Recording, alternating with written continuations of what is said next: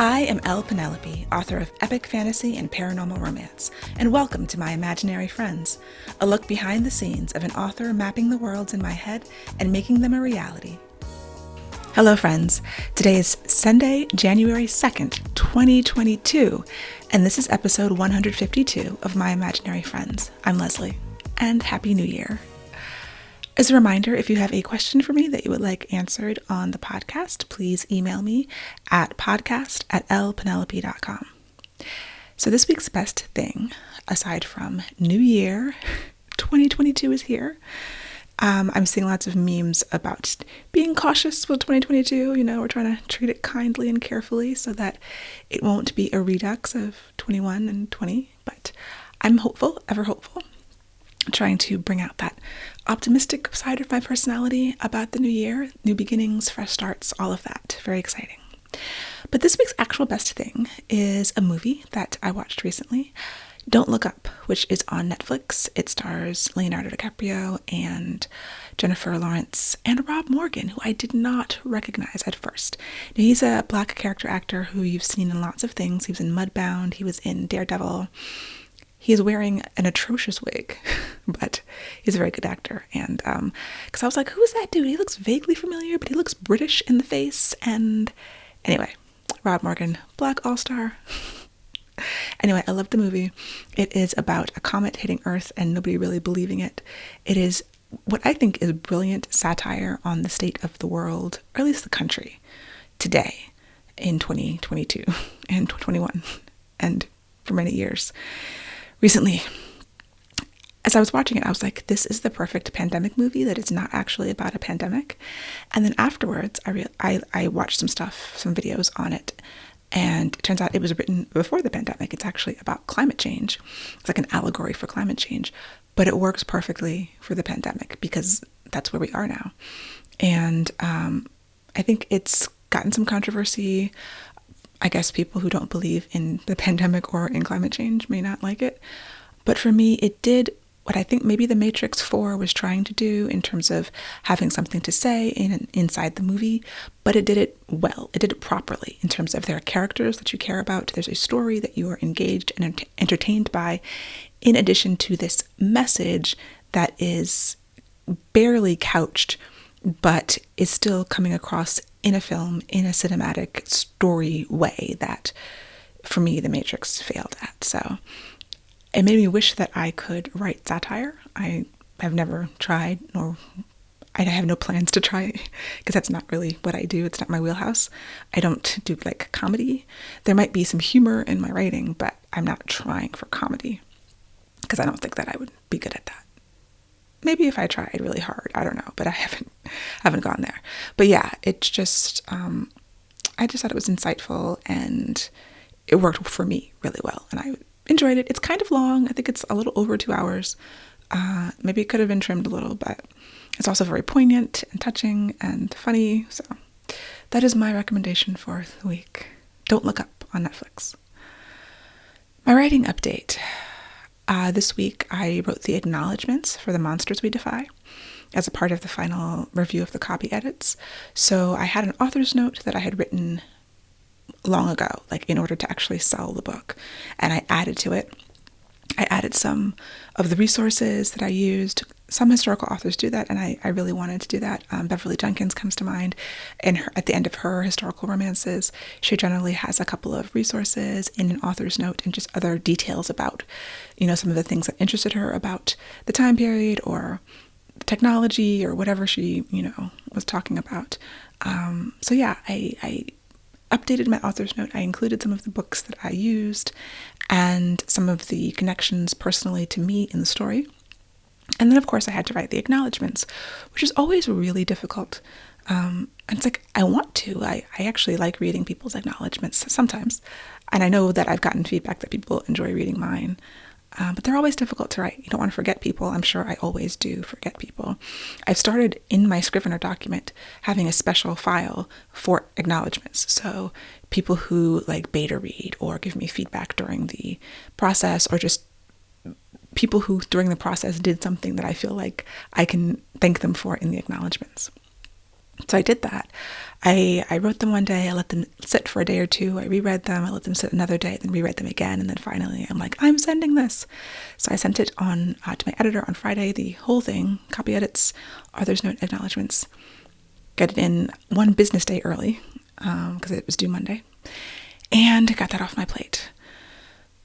Actual writing, words-wise, I am still working on the short story, the fairy tale retelling for the Fantasy Romance February anthology, and that will be finished this week. So I think I allotted a week for it. I think it will actually be 7 writing days. It might not be 7 calendar days because I did not write over this weekend, and I had planned to write one day this weekend, but I'm realizing I need both days just to sort of recover. I'm feeling very tired, and I'm really needing to stay on top of my self-care and just resting my brain, filling the well, because I've been pushing really hard this year and I've got another year of pushing to do. So really being very close in touch with how I'm feeling, how my creativity is feeling, just trying to be better about that. And so I realize I need a rest, and I'm going to take at least today as a rest. It might just be writing 5 days a week for a while. Often I do 6 days a week, and I just have to play it by ear, see how I feel. But regardless, this week I only have 3 scenes / chapters to finish for this revision. I do want to get someone else to read it, get another set of eyes on it, a beta reader, critique partner, and then do another quick pass on it by the end of the month. Other writing that I did this past week, been working on the plot for the second Orbit book. It's still a struggle. This book is, I have this kernel of an idea for the second Orbit book, which, by the way, if I haven't mentioned recently, it's the deal with Orbit was a 2-book deal, but they're both standalones. So, when I have to write a series, I already have characters, I already have ideas. If I were to ever write a sequel to The Monsters We Defy, I've got kernels. But coming up with a brand new from scratch idea is what I chose to do. I could have done some sort of standalone spin-off. Originally I was thinking of maybe using a character, even a minor character from Monsters in the second book. But then I had, I was on vacation for my anniversary this fall, and I came up with this kernel of an idea that I was very excited about, and I'm still excited about. But the process of turning it from a kernel into a synopsis has been very difficult. And it's always difficult. I think also the timeline, I feel pressured to do it on a shorter timeline than I usually do with this kind of idea. Like for Monsters, I had the kernel of the idea. I must have been 2019. And then I spent almost a year researching, thinking about it, plotting, finding the characters and the story in the research. And then I did the writing, I have to look at the schedule I did last year, but, end of 2020, I started writing it. It was done May 2021. So we're talking about October to January till now. I've been trying to fast track the same process that I usually did, or that I previously did in a year. And I thought at the beginning that was going to be a challenge, and it has been a challenge, especially on top of all the other writing projects that are taking brain space, that are contributing to decision fatigue. So it's going slow. And I think that I have to honor that, in pursuit of self-care and in avoidance of burnout. This idea is not coming on the schedule that I wanted it to, which just means I have to push the book back, which is fine. It's what has to happen. And I have to sort of still make my peace with that, because I want to be aggressive and get things done and check things off the list. But I also only want to write and publish books that I believe in, that I love with all my heart. And this concept I love with all my heart. I think it's a great concept, but the mechanics of the idea I'm not in love with yet. And I'm brainstorming all sorts of scenes and conflicts. I think I've got these characters. I've got 3 main characters that I'm starting to really understand. And for me, turning a kernel of an idea into a synopsis, which is a plot, a book that I can then go write, involves learning about the characters and figuring out what these characters do plot-wise in tandem, going back and forth. So I did some research. I found a real-life historical character to base my main character off of. Not as closely as I did with the Monsters We Defy, but this, there's these real characters that I found are the spark, and I'm kind of using their names also, but not their first and last names. I'm just using their first names because it's not these characters. Anyway, I was inspired by these real life people and their situation, and then I'm changing it and I'm adding fantasy aspects to it, and I'm just having a hard time in deciding, what I'm saying, what is the adventure that they go on. I've got the basics. And I'm going back and forth between learning about the characters and then deciding what they do and then digging deeper into them so that I can figure out how they would respond to these challenges. And it's just a back and forth exercise. So I'm making a lot of progress, but I also do feel like I'm pushing. And the process also needs space and time and thinking time and, subconscious back of the mind time, which because of the schedule, because I was trying to get this synopsis done by the end of 2021, which did not happen. I set a new goal for the end of January, which may happen. I'm going to have to check in with my editor this month and just let her know where I am, and really just try to follow my own advice and be gentle with myself and not beat myself up about not coming up with this perfect, wonderful idea in, the 2 months that I had allotted for it. Because that was aggressive and that was not realistic. It didn't happen, so I guess it wasn't realistic. If it was more realistic, it probably would have happened. I'm not sure about the logic on that, but we'll go with that for now. The quote on my letterboard behind me, if you're on video, it was from a tweet from Ava DuVernay. She was responding to Franklin Leonard, who's a screenwriter. I believe he created The Blacklist. And he said that one of the most important things to learn as an artist is how to handle people inevitably not liking your work. And Ava responded, "You've got to love it. Don't let it go until you love it. Then it doesn't really matter if someone doesn't like it because you love it." And that's where I need to get to. I don't ship anything until I love it. I was rereading Savage City, the paranormal romance that I'll be self-publishing this spring, because I'm sending that to the audiobook folks tomorrow. And I was skimming through parts of it, and then I would stop and read, and then skim, and then read, and I love it, And so it doesn't matter if anybody else likes it or not at that point. I certainly hope that they will, but if I put something out that I just love reading and I really enjoy, then I am winning. And that's the only thing I can do. That's the only thing I can control. So I need to get to a point, at least with this plot, with the second Orbit book, where I love it. And I can, as long as I love it, I can divorce myself from the outcome, from the sales, from the reviews, from the money it makes, all of that stuff, because I've put something into the world that I adored.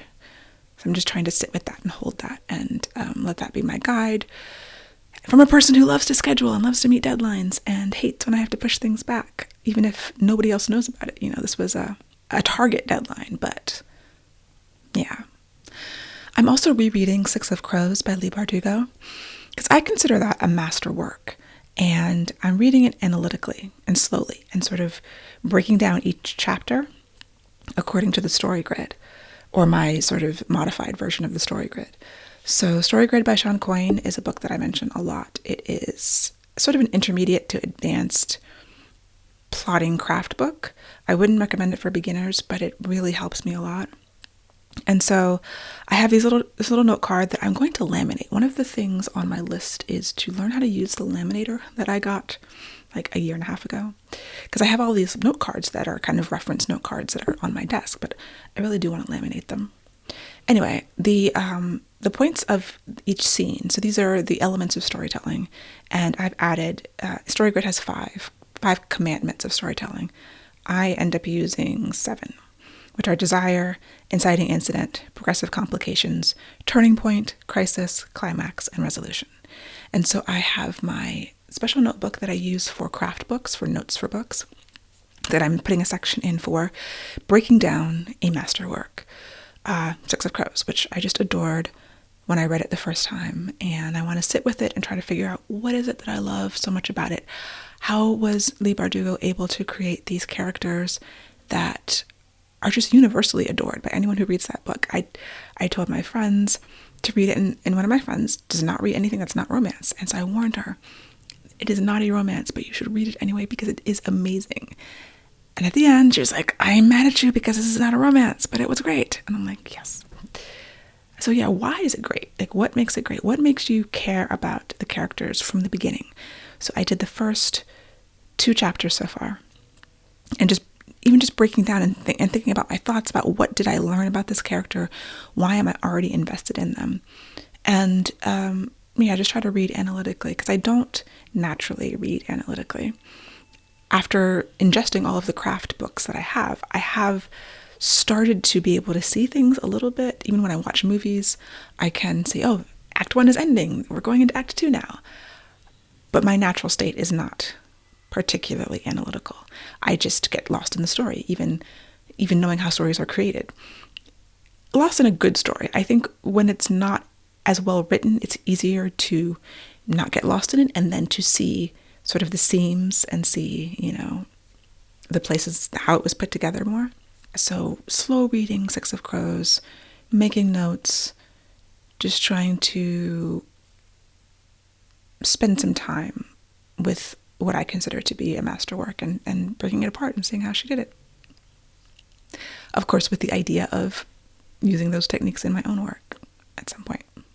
I do want to give a shout out to Library Addict for the comment on last week's episode when I was talking about newsletters. And she just reminded me, or her comment kind of reminded me to just accept my marketing process the way that I've accepted my writing process. It's taken a long time to sort of accept the way that I do things, and it's not going to be on someone else's schedule. And it's something that I know intellectually, but I do fall victim to FOMO, the fear of missing out. I'm not immune to that. And it takes a conscious effort to be like, okay, other people are sending newsletters out every week, every 2 weeks. It might be quote unquote best practices, but is that something that I can do, that I want to do, that fits with me? I don't have to do everything that everyone else is doing because I physically and mentally cannot. And what works for other people might not work for me. But even if it did, if it's not something that I can sustain and it's not something that I feel great about, it doesn't spark joy, then maybe I should just let it go. And as I'm thinking about marketing Side of a City, which is the first full-length self-published novel that I will have published since 2015. I've done short stories and novellas, but not a full-length brand new series novel. I'm looking at marketing and I'm looking at what am I going to do. And that's something I'll talk about in future weeks because my situation as a hybrid author, is different. I'm not going to be able to use a lot of the techniques that a lot of very successful self-publishers use because I'm not going to be publishing that frequently. The second Savage City book is not going to come out for a year. I just don't see any way that it could come out faster than that. And so slow self-publishing, I think it was Ronnie Lauren or someone referring to it as artisanal self-publishing. I'm going to have to look at the advice that's out there and then modify it for me. Not only my situation as a hybrid author with, traditional contracts and all of that, but just as a person with a day job who runs my own business, who has limited time and energy with trying to maintain my health. I can't sit here all day long. My wrists, my back, they're not going to allow that. My eyes, How can I meet my goals, like business-wise, but also just sanity and health-wise, and create a marketing plan that will honor all of those aspects of myself. So yeah, thinking about goals, I do believe in the whole SMART goals thing, the acronym, which I have to find what I know it's like measurable is the M. I have it written down somewhere. I know it's SMART goals. I do believe in that, but I think for this, I'm really, there's a lot of resistance for me setting specific monetary goals or even sales goals for this book. And part of it is fear, but part of it is just I want a more relaxed approach. I love organizing and scheduling and planning, and I think I can do those things that I love. I don't love feeling pressured to try to hit an arbitrary sales goal. Like, I want to publish the book and have people read it and love it. And, but it's like, should I set a goal? Like, I want to sell 1,000 copies in 3 months or whatever. Like, well, what am I going to do to meet that? The things that I know that you can do to meet that, are those things that I want to do? Probably not. Like, some of those things I'll do. I am, this week, one of my goals is going to be to start a marketing plan for Savage City. But I'm really resisting setting either a monetary or a sales number goal. I think that the idea from Atomic Habits, that book by James Clear about creating systems instead of goals, makes a lot of sense to me. So maybe I will focus on the systems, like I will post, on social media, or I will do a launch week, a Facebook ad campaign, or, the things that I'm going to do to put it out into the world and then divorce them from the results. That is something that I think will take stress off of my plate and just spark a little bit more joy inside of me. So SMART goals are generally a great idea, but it's also really important to be keeping tabs on yourself and to be knowing yourself and where you are. And maybe this is not a season for SMART goals. This is a season for SMART systems that I can put into place to launch and market the book that won't leave me feeling empty or make me unhappy or broke. That's where we are right now. Finally, there have been a number of writing world controversies that I don't really feel like getting into. I will put a link in the show notes to Jason Stanford's Grapevine newsletter, where he covers science fiction and fantasy news and controversies. There was an article that I read from his newsletter about something that was going on in sci-fi and fantasy. And it was an interview with an author who had written a short story, the attack helicopter story, if you're familiar with that. Link in the show notes if you want to dive into that whole debacle. But it was a very controversial short story, and the author had it removed from the online magazine where it appeared, and then checked herself into the hospital. She had a whole breakdown because she saw all of the criticism and all of the drama around it. And it just got me thinking, that and some of the other drama that I saw happening in other spheres, in romance, not just sci-fi and fantasy, had me thinking about anonymous art. Should we all move to that? Because a lot of the things that I'm seeing are identity-based. It's like, in this particular case, it was a trans author, and people were questioning, because the author didn't identify herself as trans, and the story had to do with trans characters. There was questions about the authenticity. And I remember a case a year or two ago where there was this beautiful illustrated cover that came out for a romance book, 2 Black characters on the cover. Black romance Landia was, looking forward to this, until the author photo came out, and it was a person who looked very white and was white who had written this book. And then the tone of the conversation changed. And it's like, there's very good reasons for wanting diversity in publishing. I'm a proponent of diversity in publishing as well. But part of me is like, what if we just all published our books anonymously? So you didn't know who wrote it. So you just read the book on its own merit. And because I've read books with Black characters that just felt wrong. And I go and look up the author and I'm like, obviously this was not a Black person because something was off here. And there's that. But what if all the work just stood on its own? And we didn't have to look up the race or the gender or sexual identity of the author to judge it against our idea of what was in the work. If a white author wants to write people of color characters and straight authors want to write queer characters, can they just stand on their own? Can we look at them as the work and not judge whether the author has the right to tell those stories? And then from a business publishing perspective, can publishers just publish the work that is good without having to worry about, we can't publish that because your identity doesn't match the identity of your characters and we'll get in trouble? it's a question that I thought about just as I was pinged and tweeted and texted about all these different things happening. I'm like, whoa, what's going on? I mean, I know what's going on, but should it be going on? There's valid concerns, but could the concerns be alleviated if it wasn't like, oh, we already have our Latina author for this season, we can't publish your book, or insert whatever marginalized identity there. If it's just the story, regardless of who wrote it. I guess I'm looking for fairness, which is what marginalized authors have been looking for. And if there's an overcorrection happening now, then perhaps it's one that needed to happen, and eventually the pendulum will swing backwards. I mean, I don't think we ever get fairness, and no one's ever guaranteed fairness. The world is not fair. Because what does fair even mean? But part of me just longs for a time when we can divorce the artist from the art. We can divorce their identity, their politics, their crimes, whatever, and just look at the art on its own and appreciate it. You know, I'm not planning to watch the Harry Potter reunion thing, but, you know, I know a lot of people feel very torn about Harry Potter because of their perception of the author now that has changed. So shouldn't we just separate it?